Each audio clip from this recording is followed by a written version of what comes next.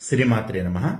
మాఘకృష్ణ చతుర్దశ్యాం పూజార్థంచ జగద్గురౌ దుర్లభం సర్వదేవానాం అంటారు. అంటే మహాశివరాత్రి రోజున శివుణ్ణి పూజించడం అద్భుతం అని అర్థం. అలా చెప్తూనే తత్రాపి దుర్లభం చేవా నభౌ మాసేందువాసరే ప్రదోషకాల పూజాయాం అంటారు.